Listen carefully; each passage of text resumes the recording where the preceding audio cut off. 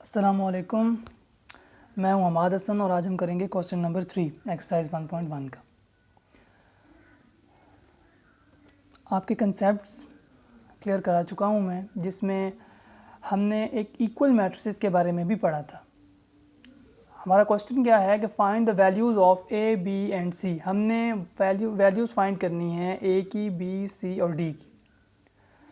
अब उसमें हमें जो हिंट दिया गया है, हमें दो मैट्रिसेस दिए गए हैं और कहा गया है कि ये इक्वल हैं। इक्वल हैं इट्स मीन कि ये दो कंडीशंस को पूरा कर रहे हैं। कौन सी दो कंडीशंस? पहली कंडीशन ये कि ये आपस में इक्वल हैं, तो इनके जो ऑर्डर है या दोनों का जो मर्तबा है वो क्या होगा? बराबर होगा। दूसरी कंडीशन ये कि इन दोनों के जो कोरिस्पॉन्डिंग इंट्रीज़ हैं या फिर जो मुतरादिफ अरकान हैं वो भी क्या होंगे? आपस में बराबर होंगे। तो इसका जो ऑर्डर है या जो मर्तबा है वो तो हमें नज़र आ रहा है कि वो बराबर है। मीन्स के यहाँ भी दो रोज़ हैं और दो कॉलम्स हैं और इसमें भी दो रोज़ एंड दो कॉलम्स हैं। अब जो दूसरी बात हमने देखनी है, तो इसकी क्योंकि कोरिस्पॉन्डिंग इंट्रीज़ भी आपस में बराबर हैं, लिहाजा हम इनको आपस में इक्वल करके लिख सकते हैं, जैसा कि अब मैं लिखने जा रहा हूँ। और हम इन्हें इक्वेशंस का नाम देंगे, जैसे कि a plus C is equal to 0। ये कोरिस्पॉन्डिंग इंट्री इसका क्या होगा? 0 होगा। फिर अगर हम बात करें c-1 की, तो देखिए ज़रा, c-1 इक्वल टू c-1 की कोरिस्पॉन्डिंग इंट्री क्या होगी? 3 होगी। फिर अगर हम देखें तो a प्लस 2b इक्वल किसके है? यहाँ पर हमारे पास की कोरिस्पॉन्डिंग इंट्री है -7। उसके बाद हम देखें तो 4d-6। नेक्स्ट हमारे पास जो प्लस -6 इक्वल किसके है? 2d के। हम इन्हें अपनी आसानी के लिए इक्वेशंस का नाम दे देते हैं। ये equation number 1, equation number 2 and equation number 3 and equation number 4। अब हमारे पास 4 अननोन वैल्यूज़ हमें दी गई हैं, ए, बी, सी एंड डी, जिन्हें हमने फाइंड करना है, हमने इनकी वैल्यूज़ को निकालना है। तो ये जो हमारे पास पहली अननोन वैल्यू, आप देखें कि हमने इन इक्वेशंस की मदद से ही ये इन वैल्यूज़ को निकालना है। तो सबसे पहले हम उस इक्वेशन को चूज़ करेंगे कि जिसमें हमारे पास ओनली 1 अननोन वैल्यू हो और बाकी वैल्यूज़ हमें फाइंड हो, ताकि हम उनको प्लस माइनस करके आसानी से जो है अपनी वैल्यू निकाल सकें। तो ऐसी इक्वेशन कौन सी है? आप अगर इक्वेशन नंबर 1 की तरफ देखें तो हमारे पास a प्लस, यानी a भी है अननोन और c भी अननोन है, तो इसके ज़रिए से हम नहीं निकाल सकते अपनी वैल्यू। अगर हम नेक्स्ट इक्वेशन नंबर 2 की बात करें तो यहाँ पर सिर्फ c है जिसकी वैल्यू हमने फाइंड करनी है, जबकि 1 एंड 3 कॉन्स्टेंट्स हैं जिनकी वैल्यू हमें पहले से पता है। तो सबसे पहले हम शुरुआत करेंगे इक्वेशन नंबर 2 से। From equation number 2, equation number 2 या मसावात 2 के मुताबिक c-1 इज इक्वल टू 3। अब ज़रा गौर कीजिए, तो हमारे पास अगर आपको नहीं मालूम तो मैं आपको बताता चलूँ कि अगर इक्वेशन के एक तरफ कोई भी वैल्यू अगर वो माइनस में है, तो दूसरी तरफ जाकर, यानी इसके राइट हैंड साइड पे जब ये जाएगा 1, तो वो प्लस की हो जाती है। और वो क्यों होती है? कि हम दोनों तरफ प्लस कर देते हैं 1 को, लिहाजा यहाँ से कैंसिल आउट हो जाता है और यहाँ पर वो इंटर हो जाता है। जैसे मैं आपको दिखाता हूँ, एक को मैं करके दिखा देता हूँ कि अगर हमारे पास c होगा -1, हम यहाँ भी +1 कर देंगे एंड इक्वेशन के दूसरी तरफ भी हम +1 ही कर देंगे, तो यहाँ से कैंसिल हो जाएगा। क्योंकि इक्वेशन है ना, तो हमने जो भी अमल इधर करना है तो दूसरी तरफ भी वही अमल करेंगे, बराबरी करनी है ना हमने। तो यहाँ भी हम +1 कर देंगे और यहाँ भी, यानी कि दोनों साइड पे इक्वेशन के हमने +1 रख दिया। तो अब क्या होगा कि यहाँ से ये दोनों कैंसिल आउट हो जाएंगे, -1 और +1, तो सिर्फ बचेगा क्या? c इज़ इक्वल टू 3 + 1 कितना होता है? 4। तो हमारे पास सबसे पहले जो वैल्यू आई वो किसकी आई? c की। c इज़ इक्वल टू किसके आ गया? 4 के।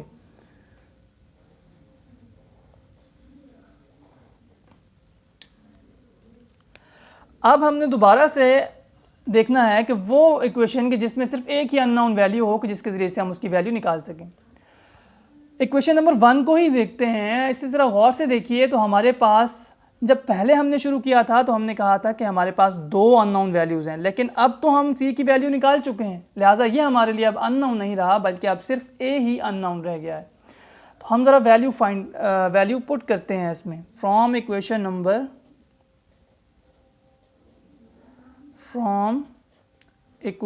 नंबर अब यहाँ पर कौन सी इक्वेशन होगी, इक्वेशन नंबर 1, ये मसावात 1 के मुताबिक।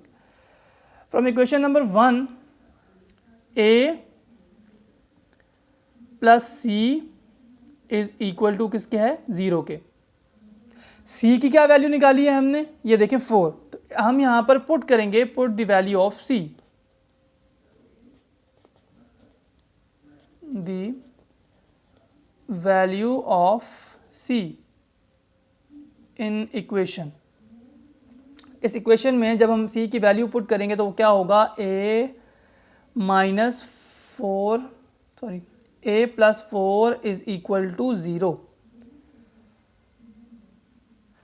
a plus 4 is equal to 0, ये हमने c की वैल्यू पुट की। तो आपको पता है जैसा कि ये 4 जब यहाँ प्लस का है तो जब हम इक्वेशन के दूसरी साइड पे ले जाएंगे तो हमारे पास अनदर साइड ये क्या हो जाएगा, माइनस में एंट्री हो जाएगी, यानी ये हमारे पास माइनस का 4 हो जाएगा। तो a is equal to -4। Simple इसका हमारे पास सिंपल से वैल्यू निकल आई, तो ये हमारे पास नेक्स्ट वैल्यू थी a की।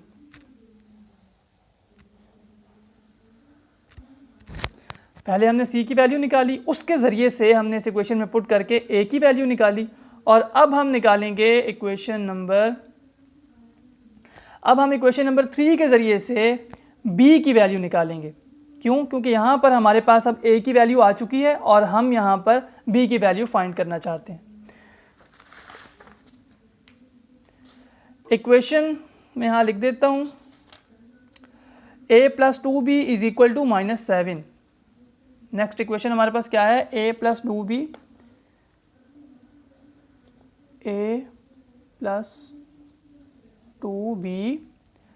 इज इक्वल टू किसके है, -7 के। ये हमने इक्वेशन यहाँ से इक्वेशन नंबर 3 लिख दी, a plus 2b is equal to -7। अगर हम बात करें, अब ज़रा देखिए फ्रॉम इक्वेशन नंबर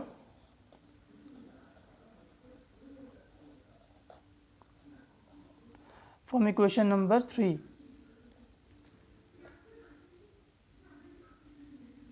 तो ज़रा a plus 2b is equal to -7। अब ज़रा गौर कीजिए तो हमारे पास a की वैल्यू तो है, तो हम क्या करेंगे, put the value of a, put the value of a in equation. हमारे पास हमने अभी a की वैल्यू फाइंड किया है जो कि -4 है। तो जब हम इसमें a की वैल्यू पुट करेंगे तो वो हमारे पास क्या होगी, -4 plus 2b is equal to -7। और अभी हम देख चुके हैं कि अगर हमारे पास इक्वेशन के एक तरफ कोई भी वैल्यू अगर माइनस में होगी तो वो दूसरी तरफ जाके प्लस में हो जाएगी, और अगर प्लस में होगी तो दूसरी तरफ जाके क्या हो जाएगी, माइनस में। तो यहाँ पर क्योंकि ये -4 है तो जब इक्वेशन की दूसरी तरफ जाएगा तो ये हमारे पास प्लस में हो जाएगा। उसकी वजह मैं बता चुका हूँ कि हम यहाँ भी +4 कर देंगे और वहाँ भी, यहाँ से ये दोनों कैंसिल हो जाएंगे और वहाँ पर हमारे पास आ जाएगा। तो इज इक्वल टू क्या आएगा, -7 + 4, ये वहाँ जाके 4 का प्लस का हो गया। अब ज़रा देखिए तो हमारे पास b, अब हम इसको जब ऐड करेंगे तो हमारे पास क्या निकलेगा, 2b इज इक्वल टू, जब -7 + 4 करेंगे तो हमारे पास आंसर आएगा -3। अगर इसको आप मज़ीद हल करना चाहते हैं तो हम, क्योंकि वैल्यू हमने b की निकालनी है, 2b की नहीं निकालनी, हम चाहते हैं कि ये 2 यहाँ से किसी तरह से कैंसिल हो जाए। तो ये 2 यहाँ पर क्योंकि मल्टीप्लाई हो रहा है तो उसको यहाँ से ख़त्म करने के लिए हम डिवाइड कर देंगे 2 से ही। लेकिन अब क्योंकि ये इक्वेशन है तो एक तरफ जो भी हमें करना पड़ेगा वही अमल हमें दोहराना पड़ेगा दूसरी तरफ भी। लिहाजा हमारे पास जब यहाँ हमने 2 से डिवाइड किया तो यहाँ भी हम किससे डिवाइड करेंगे, 2 से ही। तो यहाँ से 2 कैंसिल हो जाएगा और b किसके बराबर आएगा, b आ जाएगा -3/2। ये हमारे पास तीसरी वैल्यू आ चुकी है।